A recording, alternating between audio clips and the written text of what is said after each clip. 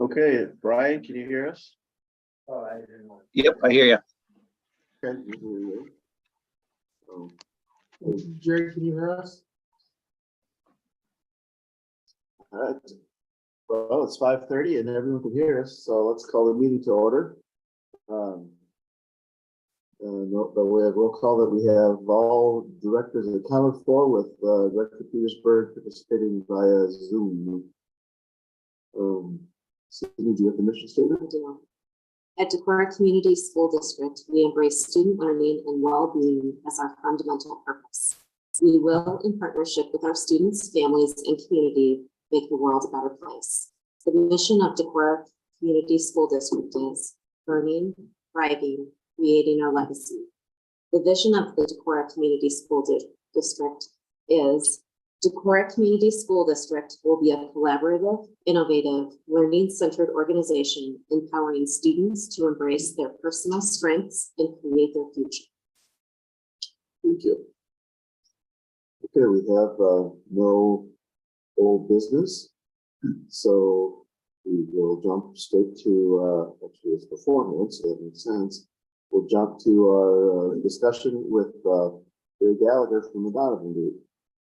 Do you want to introduce our guest? Sure. So we have Jerry Gallagher. Jerry's with the Donovan Group. Jerry, you might have to help me on what the official title of the Donovan Group is. Working with school districts to highlight successful parts of their district and pass bond referendums. Seems like too much of a title. But as we last meeting hired an architect for to help get the new John Klein process along. Wanted to have just invite Jerry to come and talk to the board, explain a little bit about how the Donovan Group works. As you recall, at least 2 of the 3 firms indicated that they would work with Jerry and have had really good success with their bond. So maybe, I know we're still working on what our timeline looks like, and so that's up in the air, but at least start a discussion about what a school district needs to do to have a successful bond. So, Jerry, how's that for an introduction? That's good. That's good. I'll take it. I think that maybe a good way to describe us is just a national public school communications firm. So that's what we do. We support public schools across the country. I'm in Iowa. As I talked about at the meeting a few weeks ago, I'm based in Cedar Falls.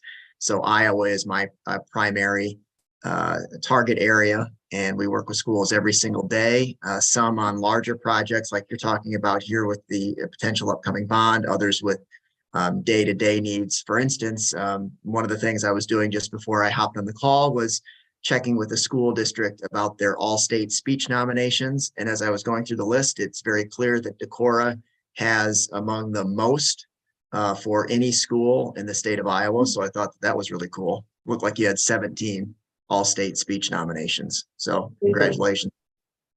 But thanks for the opportunity to be able to do this and work with you and collaborate on this process. I think it's a really neat process to go through, because you're engaging your community in a way that you don't typically do so. And I believe that years, if this is done well, years after a vote, whether it's successful or not, you will have built a foundation of trust, because you're talking to your community in a different way than you would normally. You're talking to your entire community. So I think it's neat. Last week, we came to the conclusion of the most recent process that we had as a company. We were representing 8 different school districts in the state of Iowa with votes that ranged from bond to revenue purpose statement to PEPL, and 6 of those 8 were successful. So we're not perfect, but we do have a pretty good track record on running successful campaigns, which I can certainly talk about if you have any questions.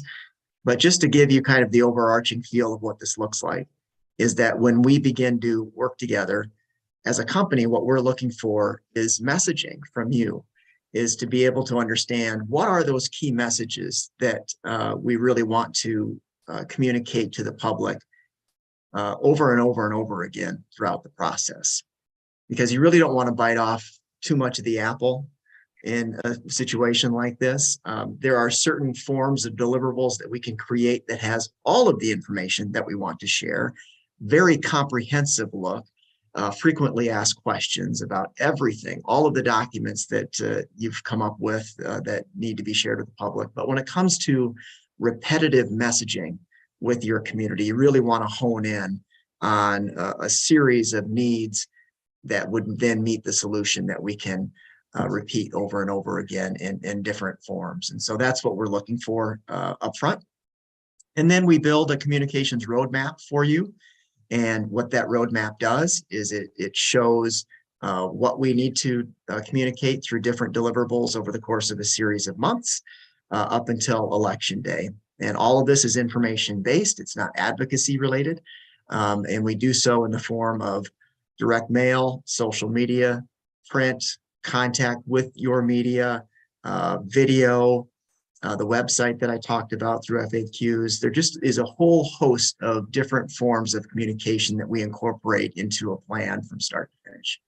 So in a nutshell, that's essentially what it looks like, and I'm certainly open to take any questions that you would have about that. Jerry, when you and I talked, maybe the ideal amount of time that you'd work with a district, do I remember about 4 to 6 months prior to when the bond would be? 6 months on the long end. I would say 4 to 5 is I believe your sweet spot in being able to not rush through communications and not have your community feel as if it is being rushed and that they haven't had time to be able to process. I don't recall having worked with any school district for fewer than 3 months on a communications campaign.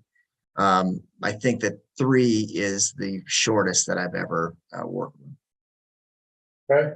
And then you talked about a little bit about like a slow drip of getting the information out. I know you maybe kind of parcel it out so that you're getting out information a little bit at a time, but it kind of builds up to a bigger picture. It is. You really want to know your key messages up front, but you can drip the messaging or layer it and add to it as you move along, because you know that there are going to be questions that come up throughout the process from your public, as they should, that you might not have thought about, that you might have to investigate, perhaps things about building or design, or about tax impact, those kinds of things. So you're constantly looking at layering communication, but your basic messaging, yes, you'll be dripping that from the beginning. The last question, I'm gonna let some other people ask questions if they want. Even though it's maybe outside your purview, can you talk just a little bit about the Denver model on how they work kind of with you or to support you in the Denver community for their bond? Yeah, and we cannot work in an advocacy related capacity. We can provide some kinds of consultation about how we believe a successful campaign can work for a yes committee. We just can't work directly with them. But what Denver did was build a really fortified yes committee from the very beginning. And they were able to work with the auditor, to have a voter database, a spreadsheet, and we're able to use that task force, that group that they had, to be able to be in communication with names or voters on that spreadsheet and be able to communicate with them months out. And you want to start with, what questions do you have that have not been answered? How can we go about getting you information that you don't have? Not necessarily have you made up your mind, yes or no, about how you're going to vote, but this is just another way of really utilizing feet on the ground to be one-on-one with people, which we know in a way, this is kind of like retail politics, that's the most effective way of getting to people. And so utilizing a spreadsheet, a voter database, to be able to work with a task force or a group or whatever you want to call it, a special committee, that can then identify, these are 20 people that I can be in communication with 3 to 4 months out, all the way up to election day, to make sure that they have their questions answered. And I think that that's a real effective tool that Denver used. And they knew by election day how many people that they had communicated with, and that they knew where those people, how those people felt before election day. Thank you. Yeah, I'll stop asking questions, so. Well, you stole my question, so I don't have anything to ask. So Jerry, you work primarily with school districts. Do you also communicate at all directly with the architect, or is it only with the school district officials? Yeah, I certainly have relationships, and I think you saw that come through in the interview process. And so I've been on multiple teams with architects, and so I know them well. I know Nick extremely well, and I'm very comfortable working with him. And we give each other good feedback because we come at it through a different lens. And so he might look at a communication that I'm crafting and say, you know what, I think maybe this needs to include a little more detail about such and such. And he also might provide something to Tim that I might look at and say, let's maybe word this in a different way that's going to be received by the public in a way that I would view it through the communications lens. And so we have a very good relationship. We've worked on several of these over the years. My next question, how do you get individual stakeholders to opt in to communications? Yeah, that's a great question. Are you talking about tracking, or are you just talking about making sure that they do actually read and or view what it is that we're doing? Well, I'm asking specifically about opting into email messaging. Obviously, we have email addresses for families that have students within our school district, but there's a number, a huge percentage of our voting population does not have students currently in school. So how do you manage email opt-ins or text message opt-ins? Well, my recommendation is to create the widest net. And so you're taking a single message and then you're spreading it in all kinds of different forms and platforms. And that would include text messaging, which I believe is the most effective way to ensure the highest read rate currently. Email, it's up there, but it just doesn't rank with text messaging. And so taking the same message and making sure that you're doing social media, text message, email, and direct mail is a key part of this. Making sure that you're able to say at the end of the process that we did communicate with everybody through a mailer, multiple mailers. So that's how we typically manage that.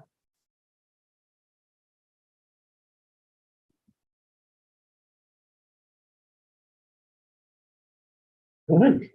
Well, we certainly look forward to hopefully working with you in the future, and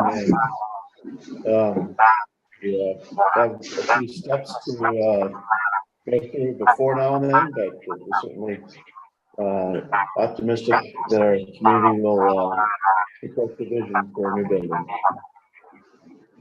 Well, that sounds great. If you have any questions of me before or as the process moves along, don't hesitate to reach out. Before you go, Jerry, can I just ask one quick question? Sure. When you talk about maybe 4 months before the bond is when we engage together, somewhere in there, could be 4, could be 5. Is there anything that we got a long process here? We got to work some things out with some land that I think we're working real well with the city, and we'll be it's going to take a little while anyway. Is there anything that you can provide to us on a little that could help us, or is there any reason to engage you earlier because of that situation that we want to? We're going to be building on a piece of property that that we don't own yet. And I guess the question, it's a hard question to ask because I'm not too sure what I want, but is there anything that you do to help to engage ourselves with the community and with possibly the city council members that would help us prior to that 4-month window prior to the election? Yeah, and I don't mean to to skirt this or dance, but No, not at all. it's, Tough it, question. no, I mean, it is totally your call. But what I will tell you is we write every day. I mean, that is our number one function, is taking a complicated topic and putting it in a narrative that we believe is best understood. Yeah. So that if that is something we're looking at and saying, well, we have to find a way to be able to craft an appropriate message that the facts get across, but at the same time, we know that it gets out there. Feel free to engage me at any time. Yeah, that answers my question. Yeah, that makes sense.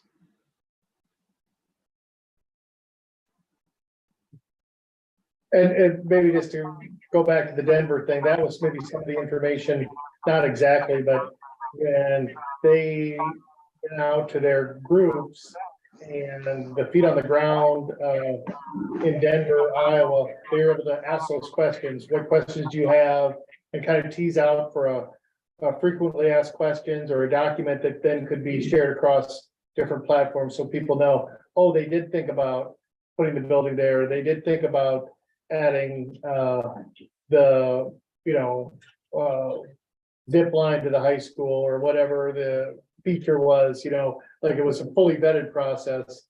And that's the kind of thing that could come out, not necessarily with Jerry's group, but if the information was collected, Jerry's group could use it and help market it. That's a good point that leads me down an additional road here. And that is, it's so important when your people are out talking to others that they chart and log the comments and questions that they are getting.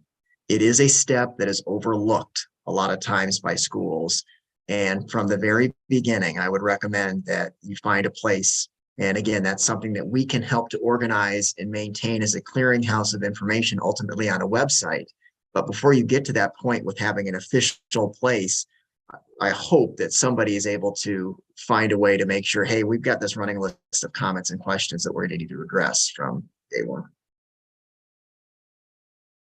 Because you're going to need it. I guarantee you, there are people, this happens every single time, and it's no fault of anybody, but you'll be 2 weeks from the election day and you'll get a pretty good chunk of your population that then begins to be dialed in. And they're going to start asking some of the questions that you answered 3 months ago. And so you're going to want to refer back to that and say, well, we've already addressed this, such and such a time. And it just helps to be able to have a log sheet to go back to when needed.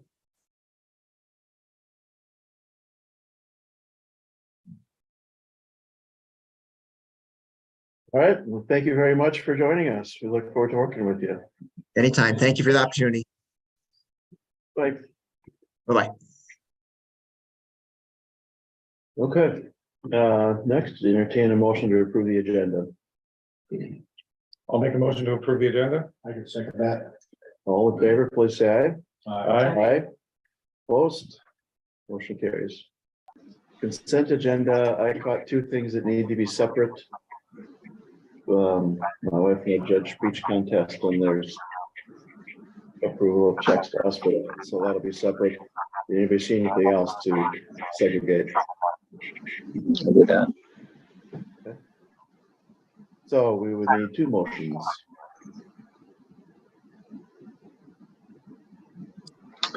So what were those funds we need to take out of this, the first one? Activity 16 and 17. I make a motion that we approve the consent agenda with the deletion of activity funds 16 and 17. I can second that. All in favor, please say aye. Aye. Aye. Opposed? Motion carries. Send these to the other two. I still move to approve items 16 and 17 as presented. I'll second that. Okay, all in favor, please say aye. Aye. Aye. Opposed? And I abstain. Okay. Next, this is the time for communication from the public. We have the open forum, and I believe we have a couple of participants who have signed up, or at least one. There you go. Yes, this over to you.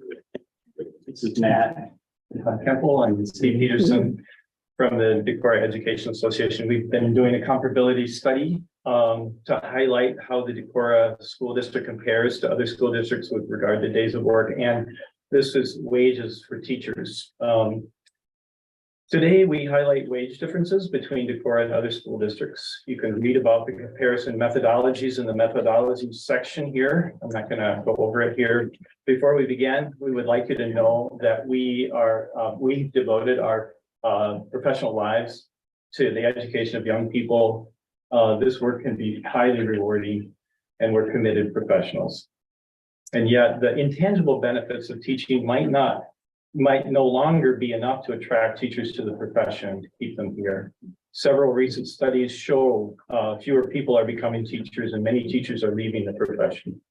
Decorah is just beginning to see the effects of these larger trends as we have had difficulty filling some positions. Our comparability study finds that throughout most of their careers, Decorah teachers are paid less for their education experience than teachers in our other schools in our study. This may come as a surprise to the school board and to the community, but it's increasingly a topic of discussion among teachers as they weigh their options. A major finding of our study shows that when considered over a 30-year career of a hypothetical teacher, Decorah teachers stand to earn at least $58,000 to $180,000 less than teachers in other districts, and I have the documentation there. The study explores some reasons for this wage difference. In the findings section, you will see that Decorah's salary schedule has lower step in education lane multipliers and lower base pay than other schools, which generates lower salaries in almost every cell of our contract when compared to other schools. To make up for that difference, teachers in Decorah must work second jobs. If you've been down to the brewery, you've probably seen us out there. Make do with less, spend their money and time on additional education, and or work longer than teachers in other school districts. We identify clauses for the Decorah wage penalty at the end of the study. Please note, though, that we do not blame the school board for creating this situation. Rather, the problem seems to be structural. As Decorah enters what many experts expect to be a tight teacher labor market, we worry Decorah will not be competitive.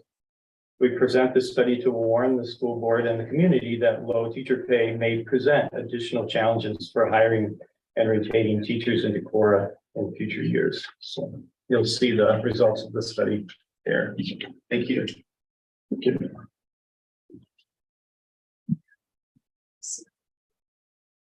Anything else from the public? Okay, seeing none. We have a presentation from the elementary to enlighten us about what's going on there. You guys let me come on. Yes, it does. I see you have a clicker in your hand. Well, I do, and this is gonna be fun because Sean is actually running it back there, of what you're seeing. I just, Okay. and again, all these different angles and with the new devices, we want to make sure we're kind of getting it all together. So first of all, thank you for the opportunity to share with you tonight. I think a lot of the things that I'm going to talk about, you're going to see several slides. I'm not going to read all these slides, but I am going to make sure you guys have a copy of it just for your background and knowledge. Because it really comes back to one of the things we've been focusing on at the elementary this year. So I'm going to start out with just a little recap of like last year. The last couple of years, we spent a lot of time on curriculum. We were up with that curriculum cycle with literacy. So we spent a lot of time on looking into that. What are our needs? What do we need? So then not only materials, but in that process, revisiting our goals and revisiting, okay, what besides, curriculum do we need? And then from those needs, we came up with some action plans. So a lot of this is all driven from that work. So really the goal, if Sean, are you clicking it right? Okay, sorry.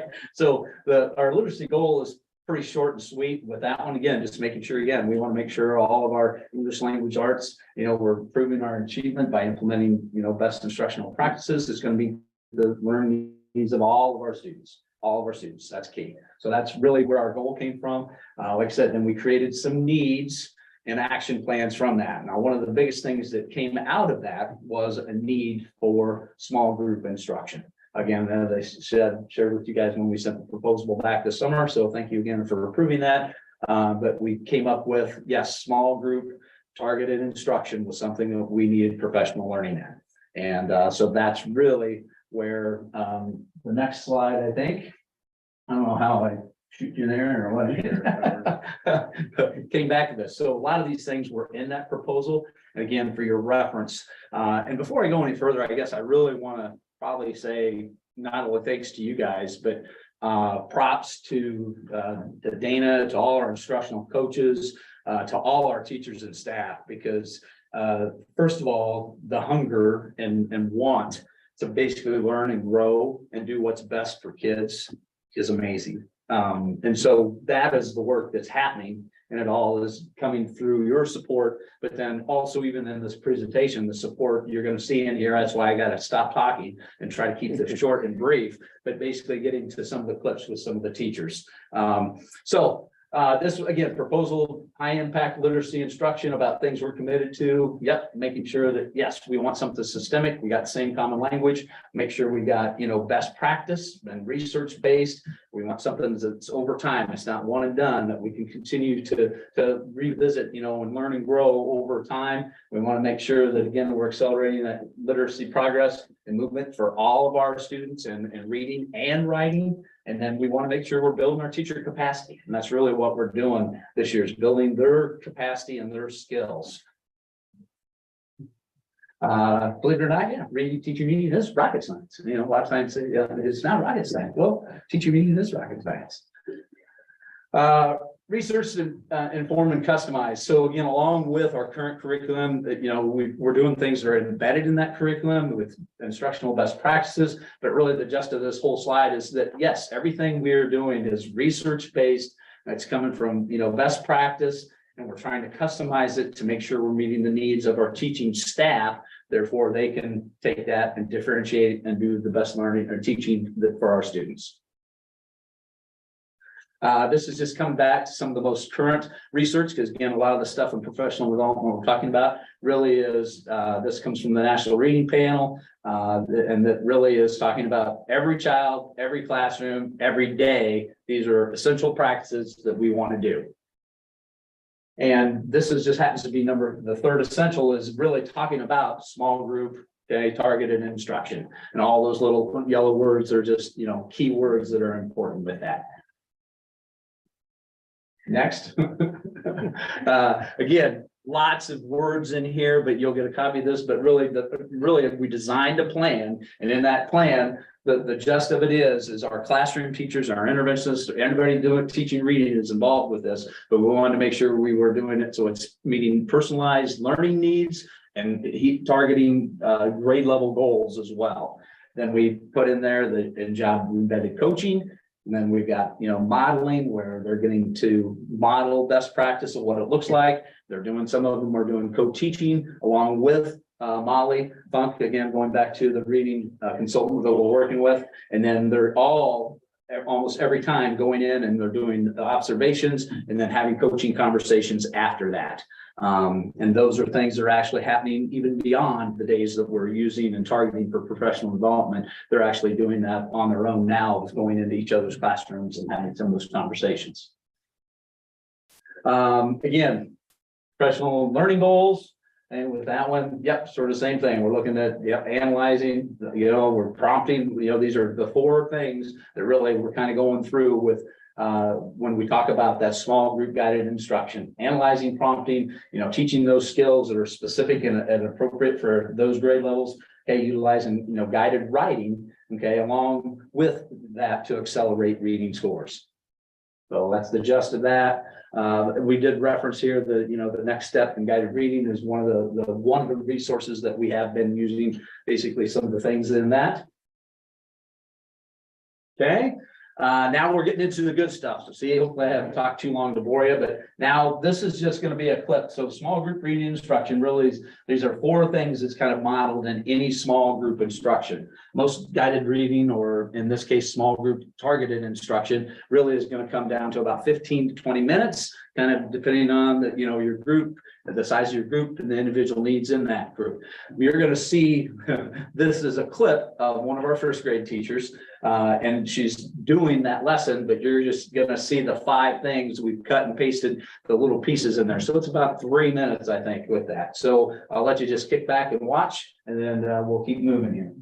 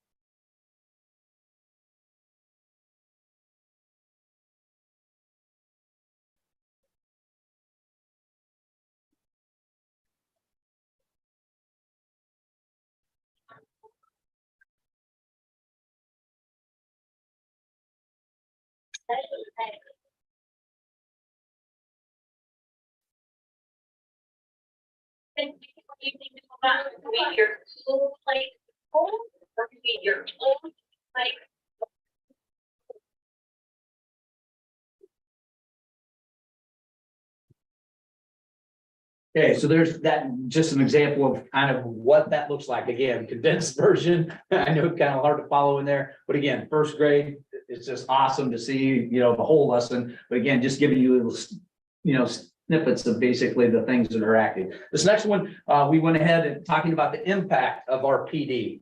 Okay, so now this is going to be just some of our staff talking about how it's made a difference in their instruction. This one's not shared, so I can't play that one. Oh, So they don't have permission. okay. What should I You want to do? play it on yours? Since you have it up on yours. Yeah, can I take over the screen? Is that, Just put your computer probably begin. oh, just to turn it the other way? Yeah. Okay, that'll work too.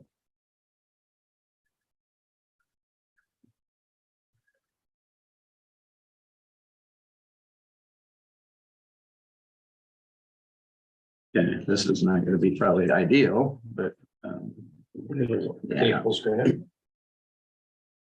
Been a great opportunity to collaborate with my kindergarten team and the interventionist who work with all of our students. We have been able to meet and hear the same information, so our instruction is going to be more consistent during our small group. My small group literacy instruction is more purposeful and targeted. I feel like I am now using what I know to be high impact routines with my students. All the teachers, including special ed, reading teachers, and classroom teachers are using the same resources, the same strategies, and the same language. We feel that we have a better knowledge of implementing comprehension skills in small group reading. One key component of the literacy training that has impacted my small group instruction is the anecdotal note-taking that we do throughout each lesson. Using this approach to get to know my students as readers has really strengthened my ability to make meaningful instructional decisions. It has also helped me focus more on word-solving strategies and making connections to similar spelling patterns that students can connect to from their prior knowledge. I have acquired many new resources that have given me a variety of strategies to help my students with their comprehension at all levels of learning. Okay, so that was, the next, it'll be one more question here. And there we go. So now the impact of our professional learning on student learning. And will this one play or? Learned a lot of different instructional approaches to teaching reading in small groups. Specifically, I have found my biggest win is when students request material to use during their independent reading to apply the strategies I have taught them in small groups. For example, there are a couple of strategies I have taught that require students to use sticky notes to stop and jot notes down or questions they have while reading. And I have students requesting to do this during their independent reading time. That truly was a big win for me because it shows students are taking what they have learned and applying it independently while building their comprehension skills. And my biggest takeaway from this training is the explicit instruction of multiple comprehension strategies and word-solving strategies. And the students have these cards with the strategies on them in their booklets so they can refer to them during their independent time as well. There is a more consistent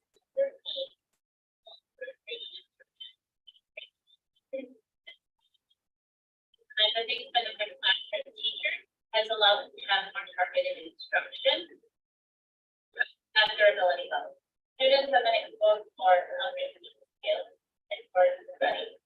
We have also seen growth. Not only better readers, but better writers. A lot of growth.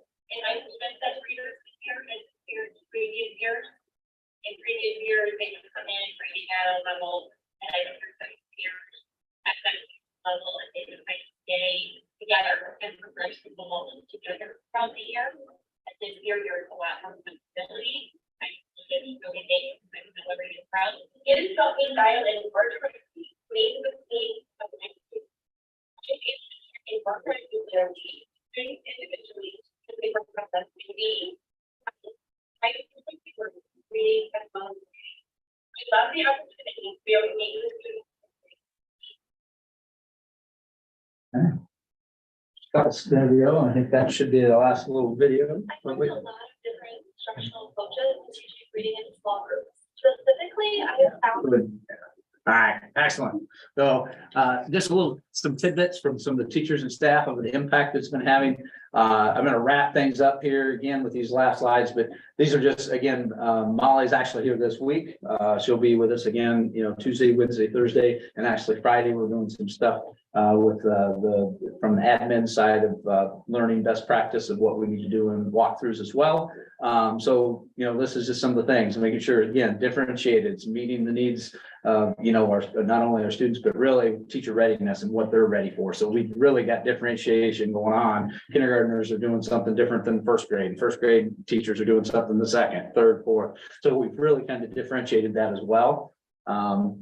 Again, analysts of the student reading behaviors, making sure, again, it's purposeful, and again, actually doing some co-teaching. I know, I think tomorrow, actually, yeah, they're doing a co-teaching model with the current fourth grader. Mrs. Peterson is going to be doing some co-teaching with Molly. So again, kind of exciting stuff.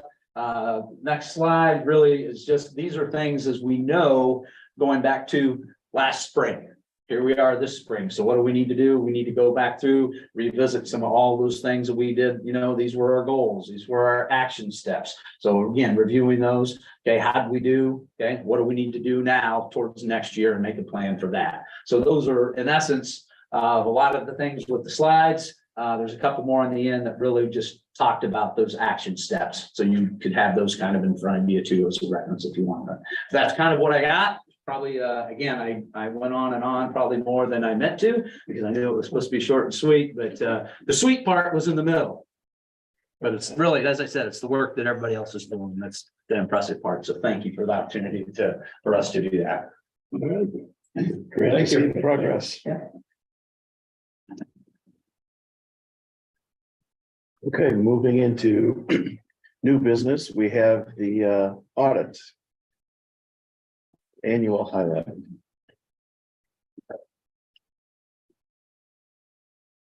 I'm gonna put my back to him. Yeah. So I'm Michelle Martinez. I'm in charge of the audit, the 2022 school audit. I'll make it short and sweet. We'll start with the opinion that was on starts on page 2. More or less, again, as an unmodified opinion, which in the accounting world means there was no major significant deficiencies or misstatements. We implemented GASB 87 this year. It was required. It was something that kept being postponed. GASB 87 requires governments, and actually now this year, it's going to be the nonprofits will also have to implement capitalizing leases. So if you lease items like the bus barn, you'd have to pick that up as a fixed asset, and then the lease over the years of the bus barn would be like long-term debt. And then we amortize the bus barn and then take off the debt. I know you guys are no longer having that, but that's a new thing. We've always in the past have done your computers, like your Apple computers, you lease those over 3 years. We have always done that in the past because it's such a significant dollar amount of lease obligation and stuff. But if you start leasing copiers or phone systems or anything like that, that's something that will be affecting your CAR, putting on the assets and the debt would be more or less loan proceeds or lease proceeds, capital leases. So that is a big thing, but there was no major significant changes with the core school because we have done the computers in the past. Page 5, which is starting the management and discussion MD&A analysis. Again, it talks about the implementing of GASB 87, and then it states that the GASB or the entity-wide items of all the funds put together increased by $4.5 million. A large part of that is you're still getting some of the education stabilization fund for COVID. And then the IPERS pension liability with the investments the way they were in 21, you had income on your IPERS instead of expense. Of course, now in 23 or, on your 23 audit, it's going to reverse back to where you're going to have larger liabilities. So those are the two main things and reasons why your net position increased over the 21 just net position. On page 5E talked about more how you guys like to look at the general fund, the state sales or the save fund, and the trouble and debt service for your major funds. There again, the general fund, the fund balance decreased about $300,000. Expenditures increased in instructional and support functions. However, revenue did increase by having the educational stabilization money coming into the fund.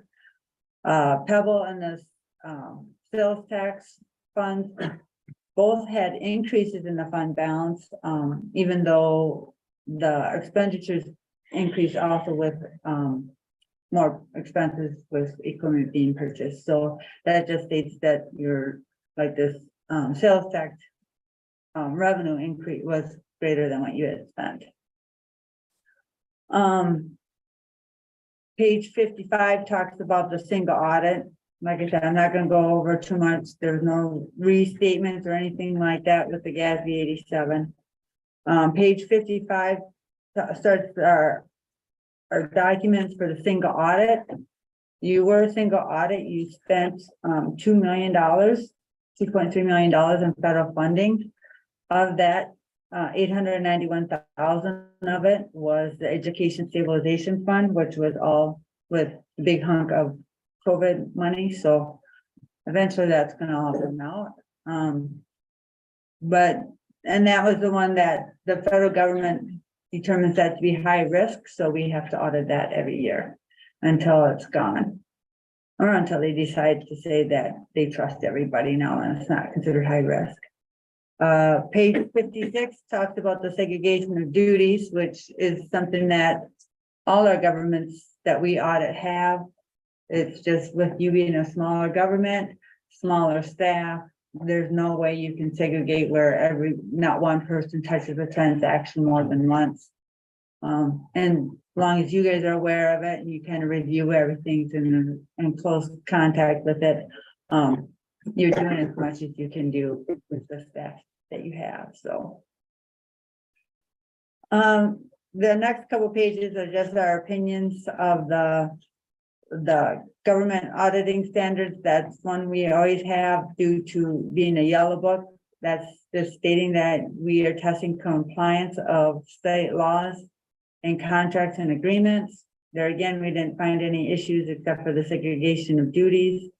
And then page 65 starts our opinion. Oh, sorry. 62 is the uniform guidance, which is the single audit stating that we didn't find anything on the compliance with the federal government, federal funds that we tested. 65 starts the management letter, which those are where we find any findings or issues that we discovered throughout the audit. We did find that certified enrollment and supplemental weighting. There was I think one student in each area, but we sent a letter to the Department of Education. And we just wanted to make sure you're aware of it. The other item is the student activity fund. We want to make sure everyone's aware. The state auditor's office has brought in recommendations to be very mindful of the student activity funds. There has been, statewide issues with spending where you're not supposed to be spending, making sure the coaches and teachers and advisors and everything are aware of that. What's in those funds are for those funds. It's still the school's offer. So to kind of look at it, there's the Department of Education has updated guidance with the student activity handbook as of March of 22. So we do disbursements where we test disbursements tests. Actually, there was only 5 items where items were spent prior to approval. I know it's hard. Teachers need something, they got to get it approved. So actually 5 is really low for some schools that we've seen, but it's still an issue. Your policy is that they needed to be approved by the principal or central office here, and some just need that little reminder that they need to be approved. There was one 1099 that wasn't issued, which I think they've got them all corrected for this year. And then the last item that we found was checks were like parents are taking checks to the school principal's office or a different office, and they're not getting to the central office in a timely manner. It's weeks and months and stuff. well, that's kind of hard for, well, first of all, there's a higher chance of that check being lost. And another item is if they're looking for bills and sending out reminders to parents that they have to pay this bill, and the parents like, well, I paid this bill, why isn't it? So it's just, if they could, get it to the central office within a timely manner to get the deposit and the bills updated and stuff, that makes everything a lot easier. And it also helps, puts people at less risk of things, if a parent says they paid it and it's not here, then where is it? And fingers can get started pointed where if it's right there deposited, then less likely of getting lost. So. Next I have the graph. I didn't know if anybody has any questions on the report. And it's a pretty lengthy report. If you want to look at it in your spare time and really have trouble sleeping and have questions, just let me know, and I can answer any questions you have. You can email me or call me at the Hacker Nelson. Kathy and Darlene have our email address and phone numbers, try and speed dial. So anyways, I'll go to the graphs real quick here. The first graph, it's the same graphs we've done. The first graph shows the last 4 years of the revenues. It also breaks it down by what state, local, and federal. As you can see in 22, the federal grew considerably compared to the past. And it's also the smallest portion and the most work with all the compliance issues. We're keeping everything in line. And then the next one is the graph is the pie graph of just the general fund revenue. And again, this is just for this year, showing that federal revenue was only about 7% and state and local were about 45 to 47%. So they're very close to each other. The third graph is the general fund expenditures. As you can see over the last 4 years, well, 2019 you're a little bit higher, but you've been kind of consistent. 20 and 21 were a little bit lower. 22 with inflation the way it was, I know it's always a little more difficult to keep that all intact. And then the next graph is the breakdown of this year's general fund expenditures. As you can see, about 70% is salaries and fringe benefits. That's where most schools are at. That's going to be your higher expense because that's where most of your teachers are your higher expense with everything else. So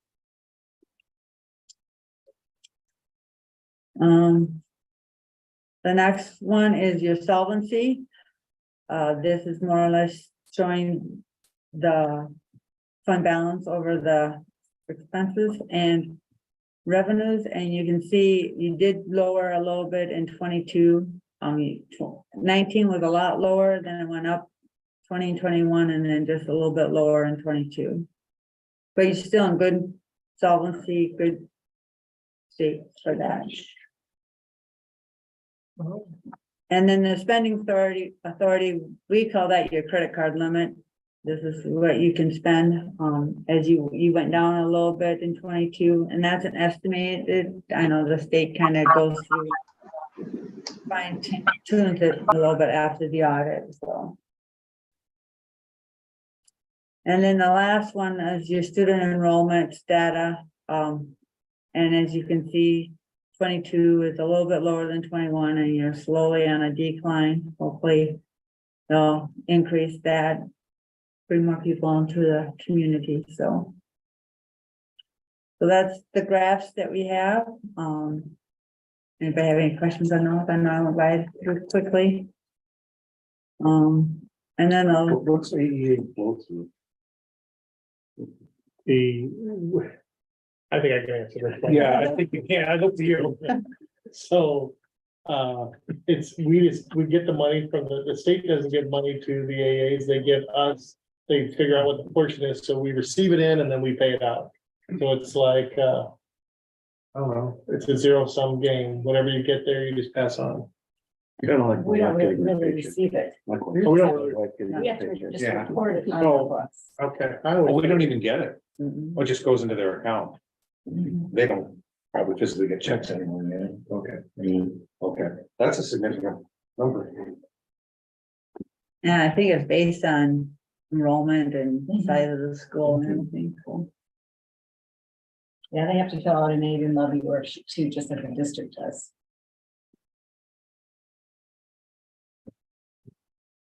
And there was a little bit of special that through the education stabilization, I think they got a little bit through that too. So. And then there's some letters that we have shared with you tonight was the communication letter. That's just a letter stating that we have to communicate to the Board of Governors that there was no issues with management. They didn't go opinion shopping. I don't think we didn't have any disagreements. They posted all their journal entries that we proposed. If not, we discussed it. We didn't really have any that were of controversy. But it's just something that we communicate, so you guys are aware that there was no differences or anything like that.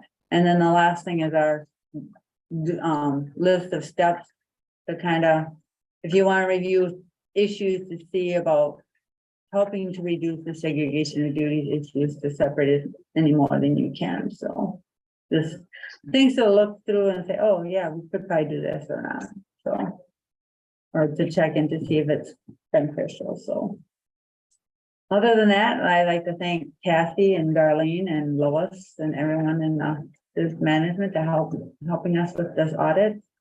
They are great help. They give us the information we need, and this year was OPEB was a lot later. Every 2 years you have to issue a new actuarial report for the OPEB, and I know one school district that just got theirs like 2 weeks ago. Yeah, so I mean, I'm glad we were not able that, because we'd be really struggling right now to get the report due to the state. So yeah, so hopefully next year we will have the information, so we won't have to wait on that next year. So other than that, I don't have any other things unless people have any questions or. Okay. I've had a couple mentions about, the state and concern about the activities fund. Is that something, Tim, that our administrators are aware of, so that we don't fall into the next year's audit and have a mark by our name or anything like that? Yeah, we're aware of that. We discussed some of the initial things, but we're planning to get together and refine our process to make sure that we're on top of everything there. Does it have anything to do with the cash being received at the gates? Because more and more people are going to using Varsity Bound and using their phone to scan in with prepaid tickets, but there's still a lot of people that come with cash to a game and so on. Is that one of the things that they're concerned about? Actually, the things that I've seen really haven't been that. It's the misappropriation of using the funds to pay for personal expenses and stuff like that, that people aren't watching. From what I've seen in things in that, I haven't been to a game where it's Varsity Bound lately, but. I mean, I don't know how long you have, so. No. If you. I mean, that you're I can send you some articles or tell you stories, but it's like you take money in and how quickly do you get it to the bank? And that's a lot different. In Decorah, we should be able to get it there pretty quick. Like Dunkerton, we had to wait for the bank to be open. So that was like Tuesday or Thursday or Friday morning, Some small towns, you don't have a bank, or you do a night drop. So, because anytime you have cash laying around, you could have problems. And I don't always understand how community members, if you write a check out, aren't saying, why isn't my check cleared? There's so getting cash to the bank, misappropriation, or that seems to happen a lot, or people having separate accounts. Yeah, like the either opening up an account without you being aware of it or anything like that for an activity. And then making sure there's a student, I think kind of along the line with that, like a student purpose for the for the use of the account. So, but yeah, that pops up a lot, and I can give you some more examples. Yeah, some of the examples I recall seeing, because we talked about this at Girls Union perspective, is things you just go, well, yeah, that's a problem. Yeah, It's not, some of this is not rocket science. There was an example of like a cheerleader sponsor was just collecting all the money herself and buying uniforms for the school. And there's no way to track the money because it was all just in her personal checking account. okay. Yeah, or dealing with Venmo through a personal Venmo. Yeah, Or I'm gonna collect money, and I know I need supplies, and since I have cash, I'm gonna go buy the snacks for the summer program before I deposit it. So then there's not a good trail there. Used to call it a slush fund. Yeah, exactly. yeah. There were a number of issues with Metro Des Moines schools. Anyway, well, thank you for your thorough presentation. Right, thank you. Thanks. Thanks. Okay, speaking of compliance, we need to start a public hearing for the proposed budget for 23-24. And the proposal is that we have that public hearing at the next board meeting, so, which is set on the calendar as April 17th. Even though that's the third Monday, but just as a kind of reminder, so we would have the budget hearing that night, and then we'll have the budget ready to be approved that night as well. I think among other things, normally you'd have your budget approved by April 15th, but with the whole thing on the property tax and snafu that they had to redo, the state gave everybody extra time, although our county auditor had it done like within 2 days. I mean, it's just crazy because you're hearing, oh, it's gonna take people weeks to do, and he just jumped on it and had it updated. It was incredibly fast. And his wife is a math teacher, so. I just Kathy and I knew because we were in the software and we were looking at it, and once the numbers got updated, so that was really awesome. So. But we would set that at 5:30 on April 17th. So you need a motion to set the Public public hearing hearing. for April 17th at 5:30. That is correct. I will make that motion. I'll second. All in favor, please say aye. Aye. Aye.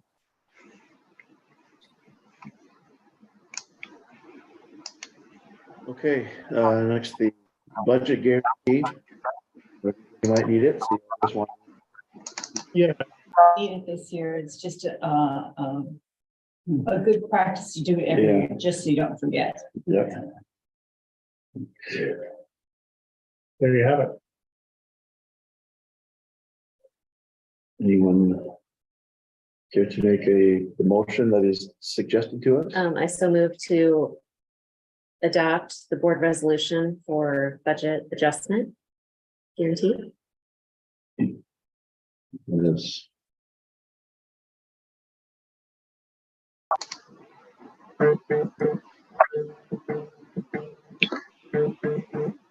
I'll second it. Do we have to read that? The resolution? You can say as presented. As presented. That's okay. Okay. There we go. Is there a second? Oh, Brian, did you second? I did. Yep. Okay. Meant to anyway. Aye. Aye. Vote. Motion carries.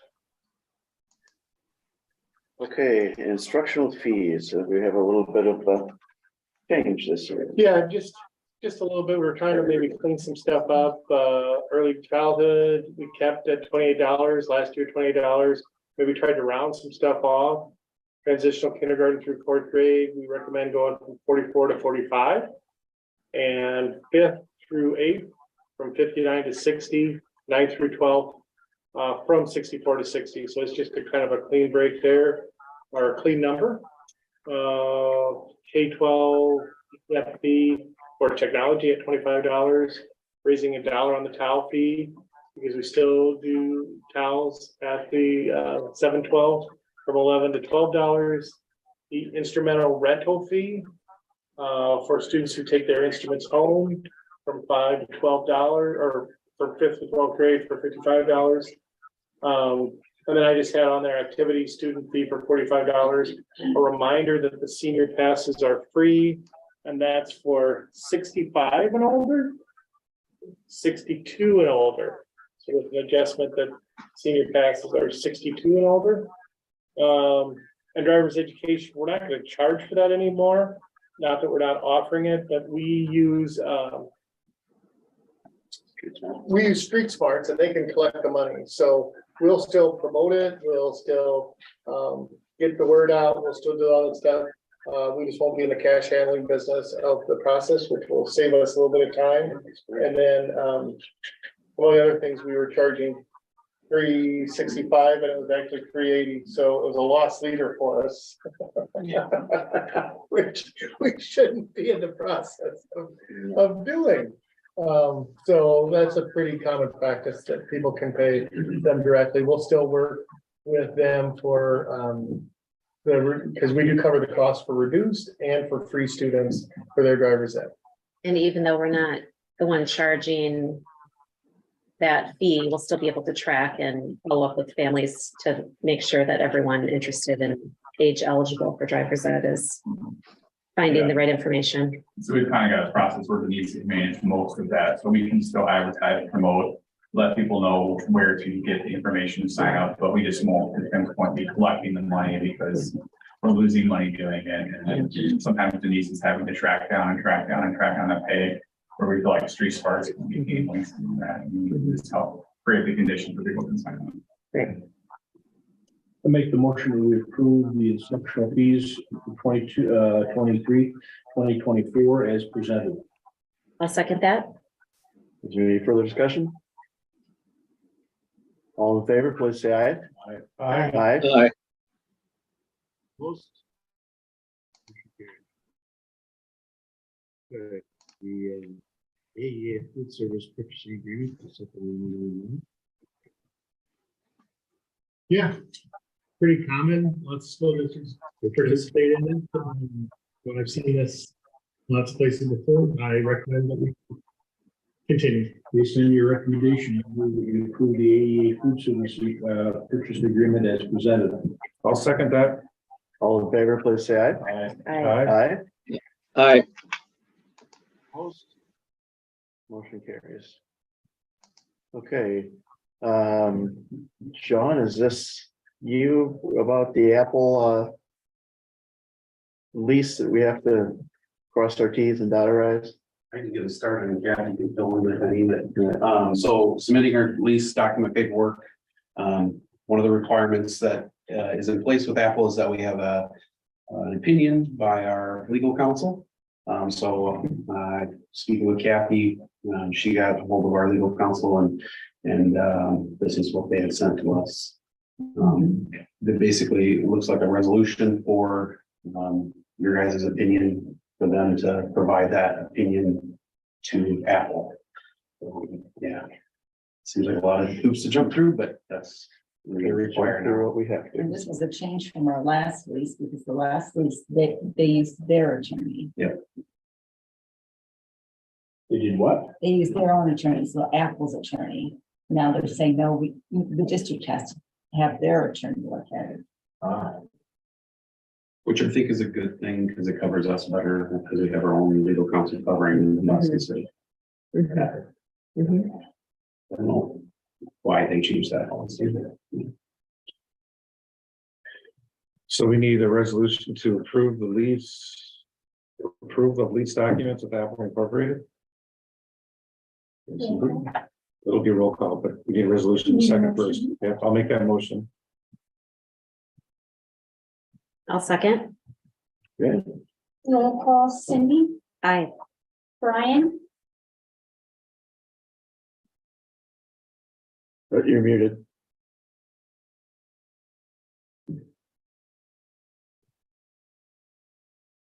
We can get back to him. There you go. Brian, Aye. thank you. John, Aye. Ben, Aye. Ron, Aye. thank you. Okay, the motion is approved. Next, we have our frontline software and some additional features that we want to consider. So Frontline has gone about purchasing up different softwares that do different things. We have a subscription to Comparative Analytics, which does some stuff for us with comparing like the stuff I shared on class size and ratio. That's where I grabbed those documents from. But this is the Students Analytics Lab. And this is would be used by the school principals to pull student data.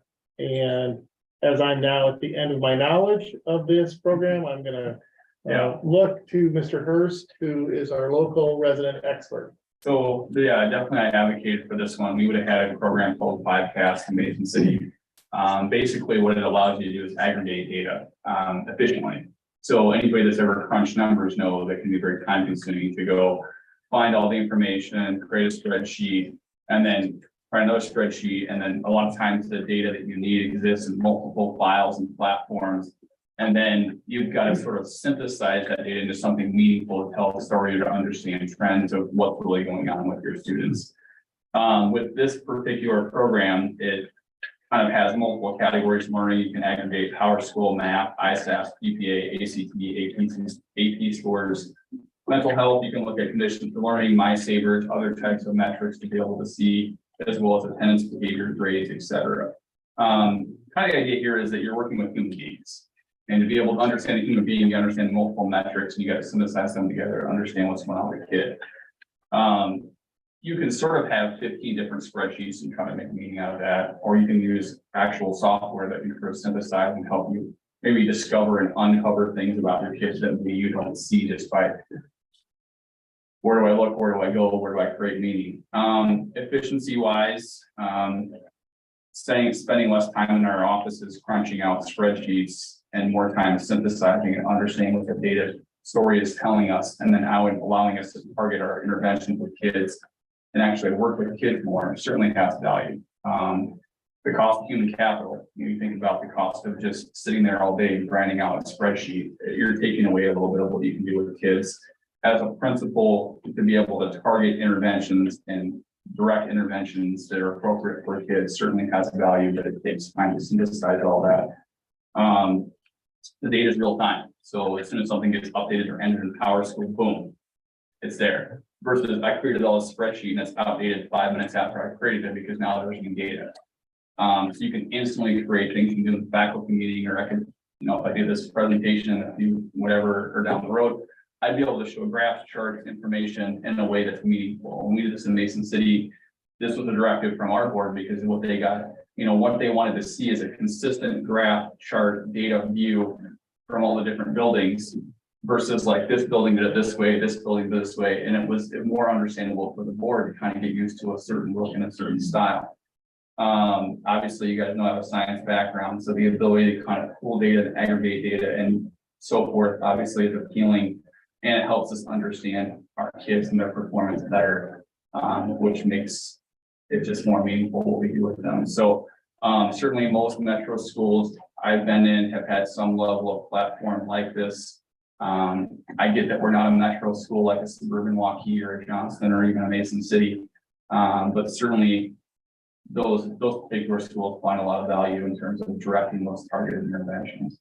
As our demographics start to shift and some other things start to happen, we're going to want to be out in front of that with some targeted tools as opposed to some outdated, things like Excel or whatever. That it's just harder to sort of do things the way you need to do it real time with kids. So there's my pitch. And you've used this, so you're familiar with it. We've had a couple of webinars. We've been talking administratively about this for a couple, 3 months now, it feels like. And it's, get a demo from Frontline. Brad, who had the most experience, I think, asked the most questions and feeling comfortable that this will do what we think it's gonna do. And to that point too, like the ability to kind of lead and help my colleagues that maybe haven't used it. You've got somebody that's already been using it for a couple of years that can accelerate that process if need be, or provide support for staff and for principals. We're using this pre-K through 12. Yeah, it would be pre-K through 12. So do you get, is there like a history aspect that we'll see what the 4-year-old did when fifth grade or whatever? You can track. Okay, so you could. Yeah. Are we using some other frontline products right now? Yeah, the subscription we have is to Frontline comparative analytics, which is when I put in data that do like staffing ratios. I'll probably a lot of those I've grabbed from comparative analytics. It does some salary stuff as well. I've used the financial planning of Frontline. I haven't used the comparative analytics. That was just something we had when I got here. And so as we kind of move forward, I'm sure we'll continue with student analytics. I don't know if we'll continue with the comparative analytics or not. We also have the time. Oh, sure. And yeah, this is what does our staff absences and does our time plans. So when I talk about Frontline, they're kind of a company that's bought up a bunch of smaller companies that do a lot of things with schools. So we're probably spending quite a bit of money with Frontline right now in those other areas you're talking about. Do we feel that we're using those to their potential? We definitely use the time clock and the absence management. It's the comparative analytics that I would need next year. That piece. I guess one thing is, one thing to have it. The other thing is to make sure that we use it, get our bang for a buck. And, this is just one more piece. And so I assume there'll be somebody who will make sure that all the buildings, utilize it to its fullest extent, I would hope. Oh, sure. Brad might even have a sleepover for us. Perfect. But don't invite me. I don't know anything about analytics.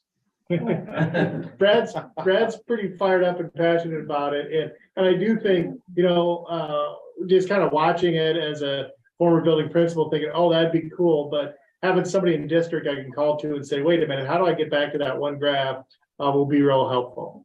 So, and we'll make sure that we utilize this. Yeah, I think it fully leverages Mr. Hurst's experience in an outside district, and it also, it's a financial investment, but there's a cost to all the time that you spend manually updating spreadsheets, right? So he can be doing other important work, and other building administrators or whoever the users of the system district-wide can focus in other areas. And as a reminder, it's non-instructional software. It is a qualified couple expenditure. That was So my it's next not- question. So it's not a general fund expenditure.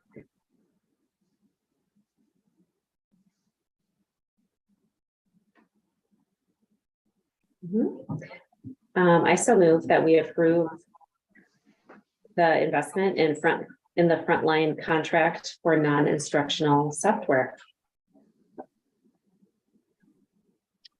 I can second that. Further discussion?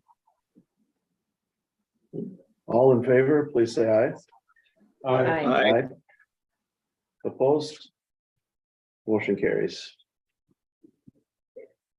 Okay, next, petitions for not open enrollment, because that's a different animal under Yeah. the enrollment. So I had not had any enrollment requests to go to Mabel Canton since I've been here that I recall. And when I asked, we remember they all go to the board. So that's why we brought these forward. And then as a reminder, I guess the questions are, if they would start immediately, do we pay immediately, or would we wait and we wouldn't pay this year, we would pay next fiscal year? Okay, Open enrollment has changed in the state of Iowa, so I'm not sure if you're gonna try to mirror what Iowa does, because this is out of state, or if you're gonna let them go and not pay for the remaining of this year, because we had a March 1st deadline. But then they would be able to go next year, and then we would pay. because I think there was one that wanted to go immediately. Two immediately. Two immediately, okay. They sisters? I believe so. Yes. And having gone through again, the interstate compact between the states of Iowa and Minnesota, which is legislative adoption. This is a different animal than open enrollment. Open enrollment involves going from one school in Iowa to another school in Iowa. So this has its own provisions. So all those changes in open enrollment don't really have any impact on this. It's still the same interstate compact, as well as the agreement that was entered into by us and the Mabel Canton District in 2018 when this began. So as I understand it, there's really nothing for us to approve. It's more or less just certified that they have complied with the requirements. The only one that really has any variability at all is they have to live closer to the attendance center in Mabel Canton than to here. And looking back at the addresses that the families listed, they are all closer to Mabel Canton than here. So it's my understanding we don't have any discretion on this, but we still Bring it to the board. bring it to the board. So we don't need to approve it? Well, we do, even though we don't have any discretion. It's sort of like, here's a gun you had, you can say yes, we're gonna say yes. You can approve it or you can approve it. Okay. And then just as kind of a reminder, I did put in the Google folder that just just kind of a reminder of the agreement. I'm sorry for jumping in right before the vote, but because I feel like that comes up a lot of times. That agreement does end in June of 2024. So next school year is the last year. Next school year is the last year. I think it's important that students currently living in the Decorah School District that are attending school, not open enrolled, attending school in Mabel Canton be informed of this agreement sunsetting and what that means after the expiration date in 2024, just so they can be thinking ahead and be prepared.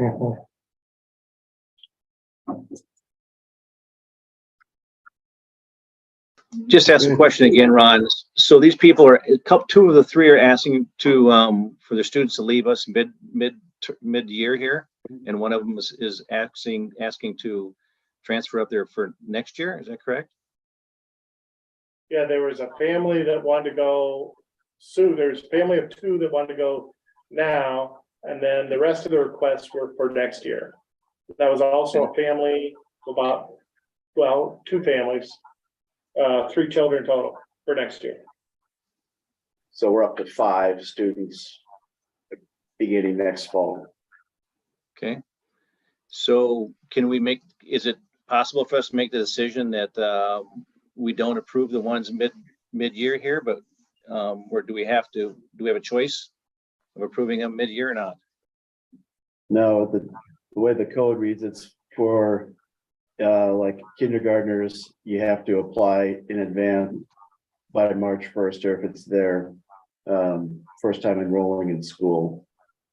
So as I read that, it's the 2 could go at this time. And do we prorate the cost that goes up to Mabel? Doesn't address that. I don't think we do. That would be a question for Mabel to inquire about. Maybe they would decide, no, we don't want to take them because there's no funding coming this year. But that's on the other side of the table, so to speak. So we're not obligated to pay for the final, it's about going to be a quarter of the school year. I see nodding heads too. happy with, for sure, I think you can approve it without funding. Right. The other ones you have to approve. Because they need to get them. Yeah. And that's the requirement. They have to give us notice that they will be taking their money to Minnesota next fall. But they can go now, but they're not taking funds.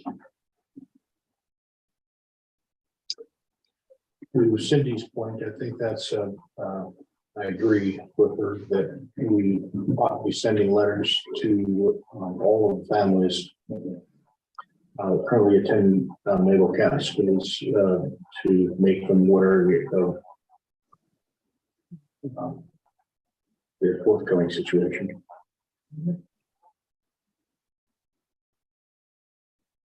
Okay, did we have a motion yet? Yeah. Okay. Based on our choice of either to approve or to approve, I move that we approve the open enrollment, or excuse me, the enrollment requests to the Maple Canton School District as presented. Further discussion? Okay, hearing none, all in favor, please say aye. Aye. Aye. Opposed? Motion carries. And if we voted it down? I suppose we could be, they could file suit that we're being arbitrary. and capricious. Yeah. Okay, so let's go back to our favorite habit of policy review. So 303.1 is just the administrative positions in the district. And we added a special ed director.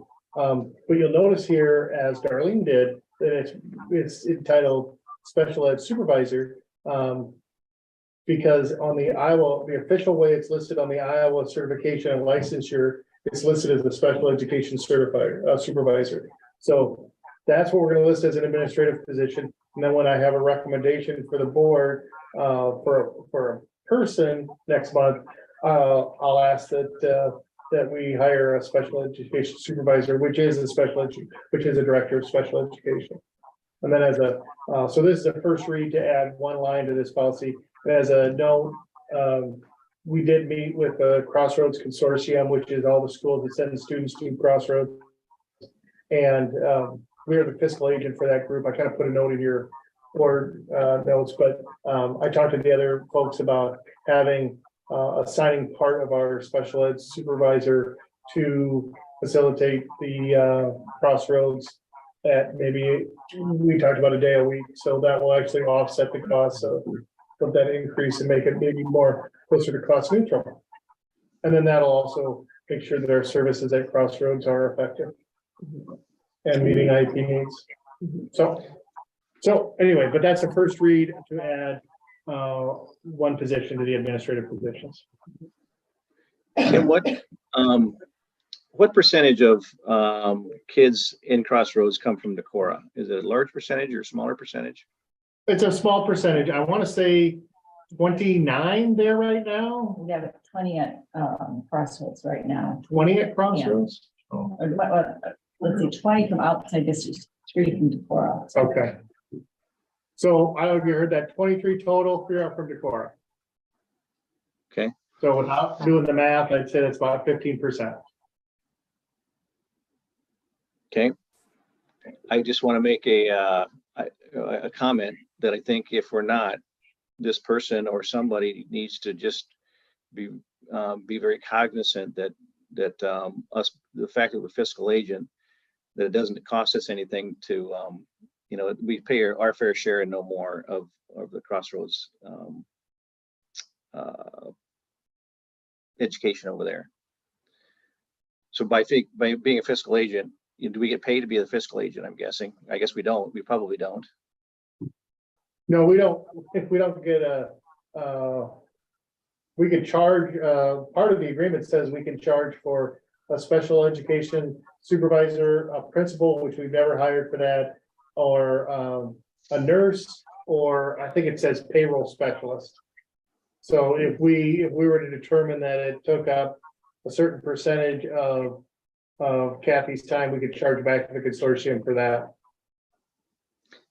guess that's pretty much what I'm saying is we really need to determine as fiscal agent what all the costs are by being the fiscal agent, and that we divide those costs evenly by amongst the students that are over there. Does that make sense? Sure. And I mean, that's what we're gonna do with the special education supervisor, and I can report back on to how much time we spend being the fiscal agent. Unless Kathy's comfortable and. I'd have to do some tracking. Okay, we're gonna do some tracking. And get Yeah. back to you. But you see where I'm coming from. You know, we got 3 students over there, and if we're helping them run the program, we want to make sure that that doesn't cost us more than our fair share. Sure. And that'll fluctuate yearly, won't it? Yes. Yeah, as students go in and out, we're gonna have to maybe pick like Maybe more often than there. yeah, we're gonna have to just pick, rather than make more work for people, I think we'll just pick like the October 1st and just say however many students you have there, that's gonna be your percentage that you'll pay.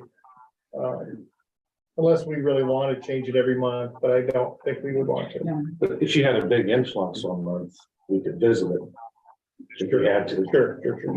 But that doesn't happen very often, does it? Well, this past month, we actually added a student from a district that we didn't have on the list earlier this year, so that sometimes happens too.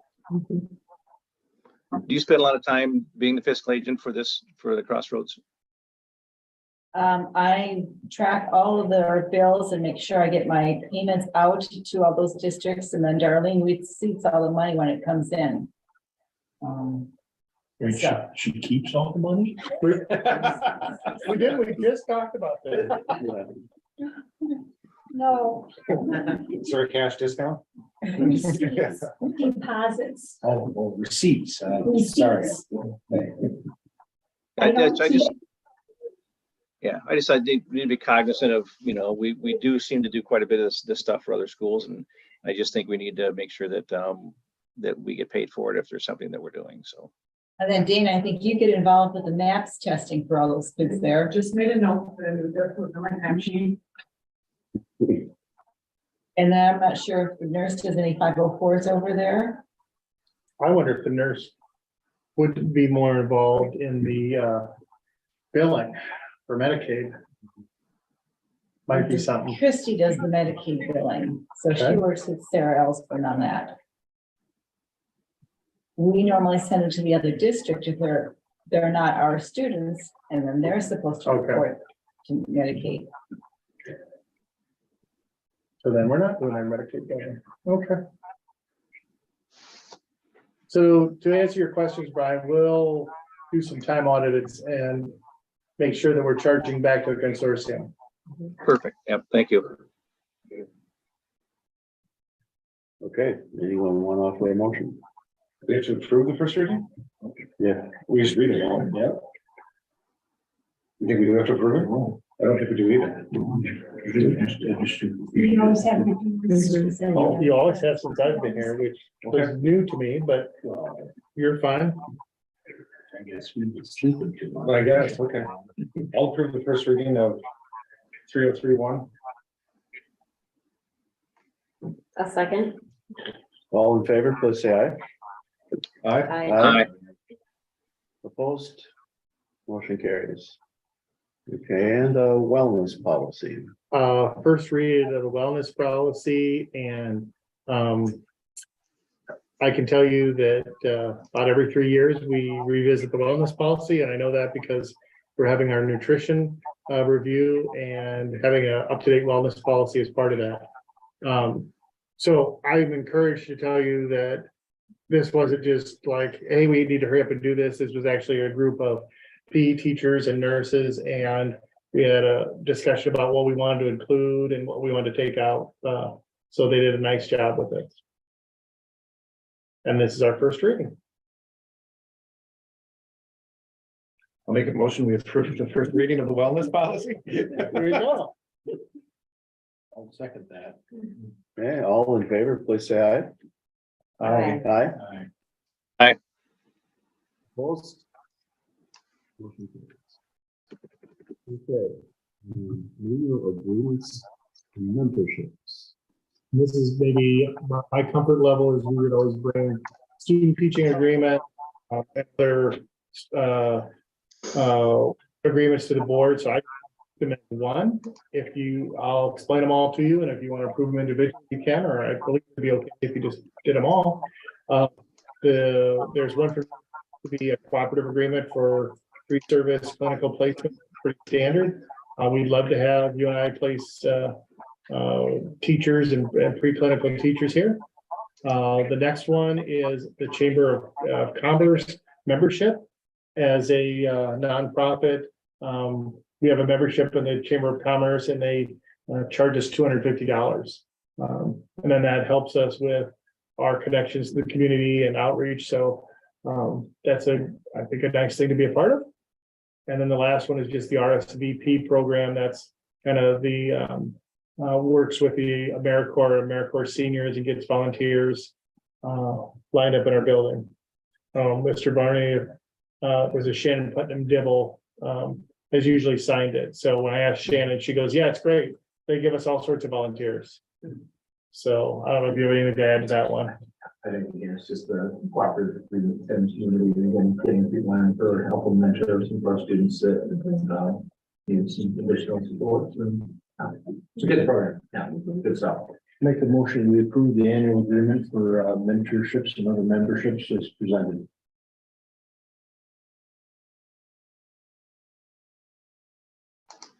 I'll second it.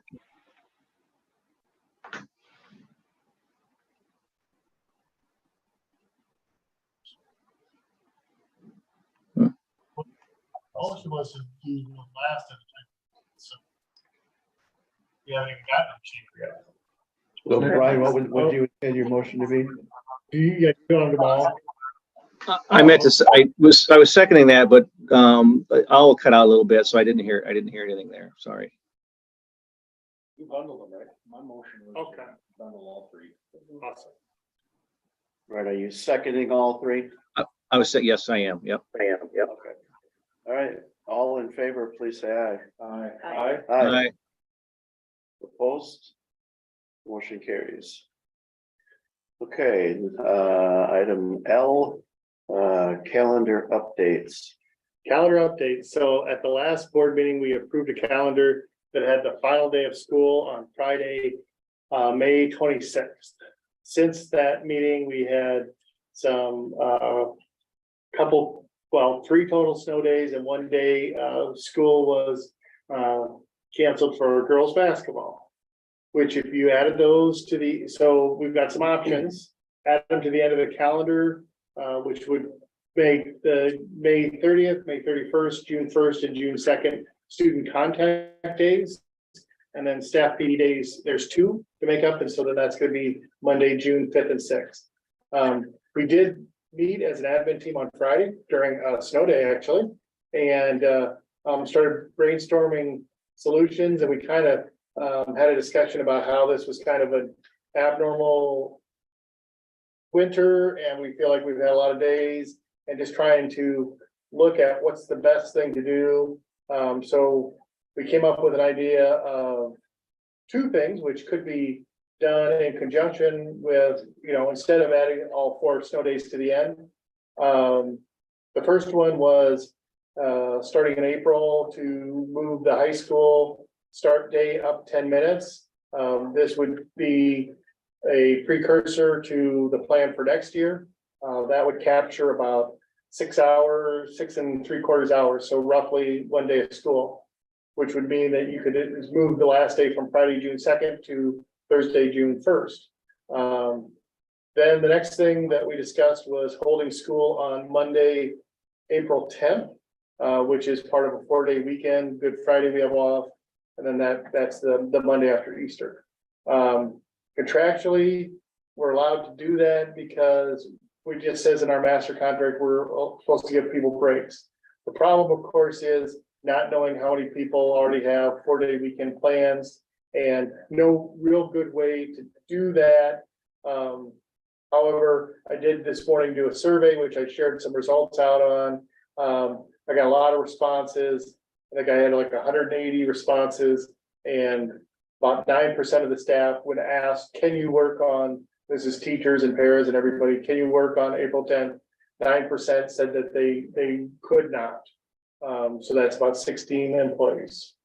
And then the other problem is if I've already planned a vacation, or a trip or whatever, and I've already used my 2 personal days. So the second question was, if you can't work on April 10th, what leave would you have to take? And, you know, personal day, unpaid day, somebody had a doctor's appointment. So of those days, and I'm kind of going from memory here, I want to say, but it was interesting because 16 people said they couldn't work on April 10th, but then 33 responded for what they would have to take for leave. So that doesn't like, so then I'm like, well, are these people really not working or are they just adding in some comments? So, but it sounded like there'd be about 3 or 4 of those folks that would have to take an unpaid day, which I get. Somebody said that would stink if I had to take an unpaid day because it was on a calendar as a no school day. And I don't disagree, it would stink. We're just trying to come up with solutions. So it's not a clean one. You know, Ron and I talked, do people know that they should maybe not, you know, was that kind of in reserve as a snow makeup? I said, well, it wasn't listed anywhere. Maybe that was a past practice, but it's not common knowledge that, hey, maybe we'll recapture that day. We can't obviously make it a free day for people because then everybody would have a vacation plan. I mean, if you're not going to charge me for, well, not everybody, but you know, get the feeling. So we had kind of workshopped through a lot of these scenarios with the admin team. That's where our recommendation came from. But I also know that if we do something like that, it will be a hardship for some staff. I'd end with, you know, I think we talked about all sorts of stuff. We talked about the late start days. We're a little reluctant. There are 7 of those. That, of course, would be a day of school. Reluctant, and I'm talking about late start days from April and May. On Wednesdays. On the Wednesdays. We talked about that and just how we do utilize that, but that wasn't discussed as an option. I've heard from staff that it would stink if we had, you know, had to have school on April 10th, but I've also had staff who said, hey, that's great. Thanks for considering trying to get our year done by June 2nd. So I don't know if there's any solution that's good. I know there's no solution that's going to make everyone happy. Correct. I do know that. I'm wondering, how typical is it to recapture days? And this is going to be probably anecdotal, or did you, I mean, did anyone pull information about like, of the last 10 years? This many, we recaptured a day in April to avoid. The neighboring district has it in their policy that they're all tacked onto the end. The President's Day is off because they used to recapture and we went through this headache. And that's something I think we should consider.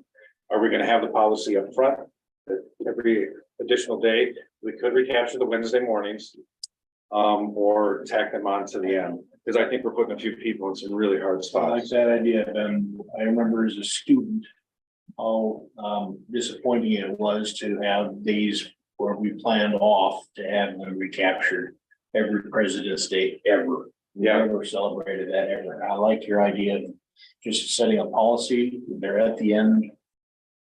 Or the policy is we could lose those days. Or just, but you know. Yeah, put them down, either identify them as snow makeups or say we will, extra days will be added to the end. Right, is because it's just trying to do these switching courses midstream and juggling all these decisions just makes for a confusing calendar, in my opinion. And the policy, again, of the neighboring district, previous administrator, the first makeup day was President's Day. Second makeup day was the Monday after Easter. Third makeup day was on the end. I just said about President's Day. Yeah, well, you never, but if you know that ahead of time, and I looked at our calendar and threw a couple old ones, and we don't have that policy. So first makeup day is President's Day, second makeup day. That's not our policy right now. Yeah, and whether you do that as a policy or you just do it when you adopt your calendar, and we can certainly bring back next year's calendar. We can just could put that on there. I would say give it a month because there's a couple things for us. We're adding more minutes to calendar next year, so we're gonna have more cushion. So we could look at just forgiving days without adding stuff back. We're just really tight with our calendar this year. And then the, I think it's in chapter 12 governor's bill has, allows district, which is passed, I think through the Senate, allows districts to have 5 virtual learning days on snow days next year. Oh, good. So you get credit for that, which that's gonna be a challenge too. But let's focus at the, like, that's gonna be a whole other thing. So I just probably we need a recommendation, to what we wanna do with this year's calendar with those 4 days. And the recommendation could just be as easy as, let's add them to the end of the calendar. And let's not get tied to 4 yet, because Lord knows it could be 5 tomorrow. Right. Or next week. Somebody promised me today snow was over. I forget who it was. I think it was Sean. Yeah. One thing that I think it's important to note, in the past, we have done this. I know in the whatever 13 years I've been on, we've done it multiple times. As you said, it was always listed on the calendar. First snow makeup day, President's Day. Second snow makeup day, Easter Monday or whatever, however it was described. So this is not any great surprise. This is reflecting prior practice. Yeah. Getting back to this, since everybody's mentioned President's Day, the reason I brought that up is that February just got to be such a long month of school. And it was, from my personal perspective, that I remember as a 4th grader, that I was really disappointed that we lost the one day that we could have had. You know, in my mind, maybe I was not thinking the right way, because the week before we just got a snow day and it was also off, but anyway, I'll let smarter minds prevail on how to do that, but tackling on basically end of the year.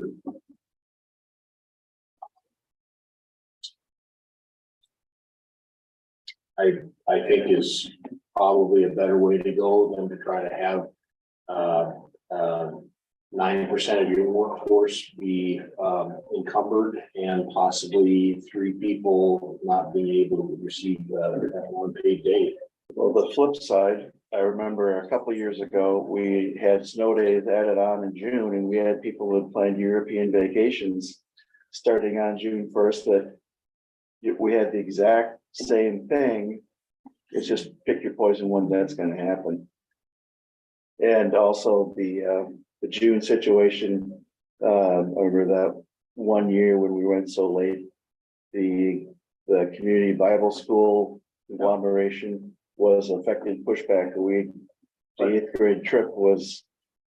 But as I understand it, this is not affecting the students necessarily, because it does add on to the days before Friday, June 2nd.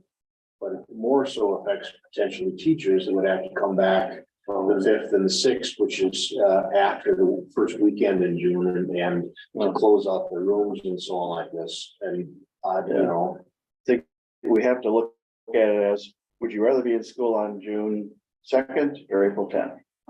Is there anything we can do as a board to, I'm wondering what our capacity is to help the percentage of teachers that are not able to come to school that day?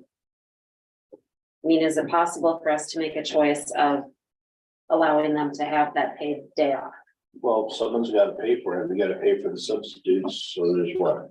I don't know how much a substitute earns. You got 16 of them that you have to pay for. I mean, I say we just follow the contract. You know, the contract says you have to be in so many days, and if there's, I don't think that the April 10th should be classified as a school day. I think we should extend the mornings as has been suggested, and then just tack on days at the end. How seriously did the admin team talk about the Wednesday? I will defer to those brave admins in the office, but we've talked about it multiple times. But I don't know. We discussed it. I think the concern there would be if we were to take away the Wednesdays, how easy it would be for us to look at taking away in the future. And I think we all find value in the Wednesdays and the work we could do with our staff, the PLC itself, the PLC process. So the concern would be, well, we explored it. If we did end up taking it away, then would it be even easy in the future to say, well, we did that then, let's just do it again. And then all of a sudden we're no longer meeting Wednesdays. So just kind of We didn't want to lose that and Cedar Rapids did Fridays at 2. Like every Friday got out at 2, and then the year we had the crazy winter, they just reinstated full days on Friday, and right away, kind of everybody said, hey, if you could do it in whatever 2019, let's do it all the time. But I kind of on a separate note, I would add, the 8th grade DC trip, I think, heads out on Tuesday, June 6th. It would be, a few years ago, we actually had our 8th grade was gone in the last day or two of school because we've gone so late. So that's just thrown out there without any further, opinion other than we're pretty good. We're starting to creep up to that. and we did talk about, like, if we could move the end to Wednesday, that gives us cushion that in case something dramatic happens, not that we're wishing for it, but I think to Cindy's question about how much we discussed the Wednesday late starts, I think we discussed it, we see value in it, and we thought we'd rather go to school on April 10th versus the late starts. But of course, we didn't have data that said how that was going to impact staff either. So, and we were in the middle of a 4-hour meeting on a snow day, and I think there was fatigue. To this point too, there's also a level of future planning and collaboration and coordination that's happening in PLC over the next few months is pretty critical. To the extent that you want that to be a collaborative process and not something that happens with 2 teachers, I think there's some real value in preserving that time to be able to do that. I think some of that work still needs to be done, so if we don't have that time, then we're going to find it beyond the contract to get it done. I think the big thing we need to do is we talked about, and I am agreeing with most of you folks there that next year we need to find out what to do with President's Day, find out what to do about that day in April, and put them on the calendar as the first and second makeup days. And then if that's not enough, to extend the day into late May or June. And so next year we surely will probably be more prepared for something like this if this happens. I'm thinking that with 9 people gone, or excuse me, with the 9% of our staff gone, I think that's a lot. 18 staff members is a lot. We'd have to pick up student teachers for them as well. I would probably lean towards not doing that. I guess I'm more neutral on that 10-minute late or starting school earlier. I think that would probably, that may have some parents that might have some problems with that with childcare as well. But I think that April 10th date is something we should probably not look at.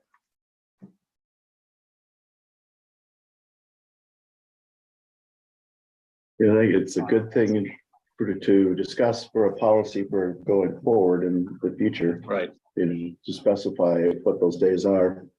As I look backwards, I think what was done was that on our calendar, we said, I recall the calendar saying, first snow makeup day, second snow makeup day, and then, third for you and up to 6th, which was getting days into June.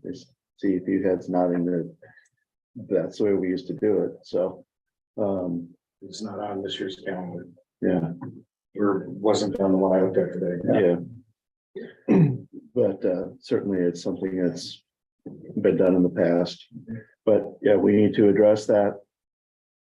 Obviously, it's too late to adopt a policy to cover this year, but we can do that going into next year. Yeah, we've got an approved calendar for next year, but we can certainly bring it back and add that. Yeah. At a board meeting. And like I said, we'll probably wait for the legislative session to either pass that bill or not, because then we might have to have a discussion about virtual snow days and where that comes in. But to the point at hand. So the high school students, they're the group short on hours. High school currently starts later than the rest of the building, so we can, by adding 10 minutes to the start of the high school day, starting on April 3rd, I think that is 40 or 41 days left with school. 10 minutes would get you enough to be 1 day of school. And it is something we've talked about doing next year. So this is the kind of thing about maybe we get us in practice and among other things, we could see what the traffic flow looks like because, you know, there's lots of variables going outside, you know, in the morning that probably would be the worst thing if we watched it for 2 months and made some adjustments as well. And that's the end of the day you want it? Beginning, No problem. we don't want it 8:15 or 9:15 and we go to 8:05 or 9:05. End of the day, you can't mess with because of the busing, everybody gotta get out at 3 o'clock. Right, well, you have to mess up, it's more. Yeah, it's a lot of it, and it affects all the other buildings. Sure, do that, so.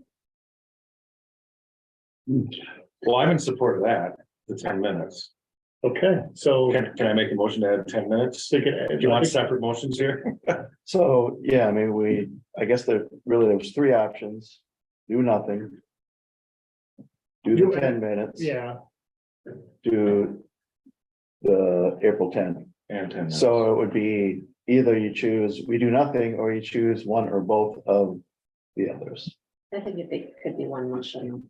Yeah, I think you do, one motion to say, I propose that we do this. I believe what you're saying is add 10 minutes to the start of the high school day. Sure. Which would put the last student day on June 1st. And the staff will have June 2nd and June 5th as PD days. But you did talk about asynchronous. Yeah, and just. We've got those set up as asynchronous, and so some staff are already working at that, and by asynchronous, we mean, there's an amount of work to do, so if you're done by June 2nd and June 5th, you're done, and you don't need to report, and there's some staff who might say, no, I'd rather just come in on June 2nd and June 5th and do my work then. Try to be flexible. Yeah. So I'd make a motion that we add 10 minutes to the high school day. And leave April 10th as a day off. I'll second that. Is there further discussion? Looking specifically at you, Brian, because of the time delay. I'm on mute. I was waiting. I don't have no other discussion. Okay. All right, all in favor of the motion presented for the 10 minutes, but not the April 10th? Please say aye. Aye. Aye. Aye. Opposed? Motion carries. And Sean promised no more snow. Yeah. Yeah, Not gonna let's be talking get about that June on the 2nd record again too. for students. I'm good. Oh, we still have a meeting going on too. Yes. Superintendent's report. Boy, I through tax rate, we were kind of looking at, I think I talked to folks that came in, having a stable tax rate at about $12.35. But we'll finalize that and publish that.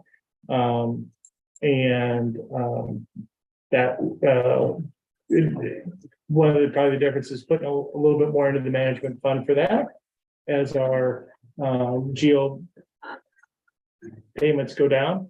One thing that we talked about with the negotiations team that came over and presented to me the study on salaries is looking at having a teacher recruitment and retention group. And I would fully support that. So that doesn't have to be part of negotiations, but so we'll just kind of look at ways that we can recruit and retain staff. As Steve did mention, we certainly with all districts in Iowa are noticing that there's just not as many teaching candidates out there anymore. So and unemployment's at a,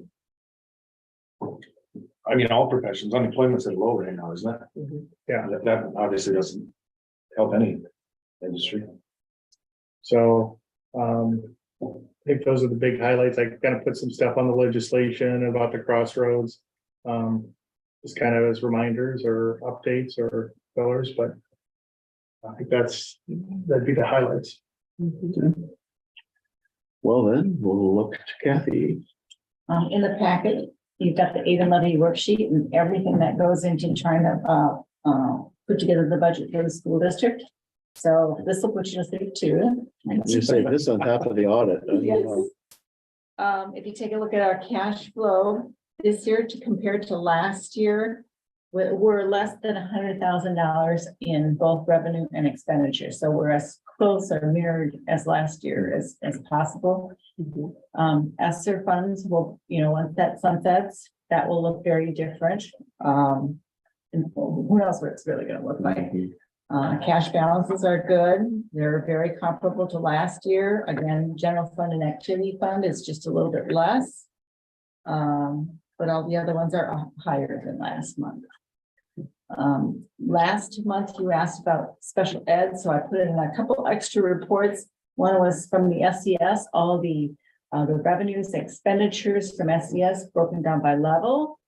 And this morning I had Darlene upload special education students, so how we get our weighting, how many go out, how many come in. So we have 168 students that are weighted as of October 23, October of 22. We have 15 go out, we have 25 come in, and then we have those 20 from outside districts going to Crossroads. And the 25 coming in, that's a combination of tuition and open enrollment, or is that just? No, tuition? those are the 25, yes, it's a combination, open enrollment and special ed. A lot of information, but if you have any questions or want, have any additional questions, please call me. One thing that I think would be good to your homework for next month. Sure. Let us know where we're at on ESSER funds, what percentage we spent. Okay. And what percentage we have left and what we spent it on. I can certainly do that. Good. Thank you, Kathy. All right. Looks like Director Petersburg got dropped off the Zoom and he was asking to come back in. So I've given Mr. Gordon the high sign. That was a nonverbal to let him in. I apologize. My computer just decided to reset itself and it did. So I don't know what happened. I apologize. So we signed you up for a couple committees while you're off. Perfect. Thank you. Yeah. So we're doing April 17th next meeting. April 17th next month. Yeah. Okay.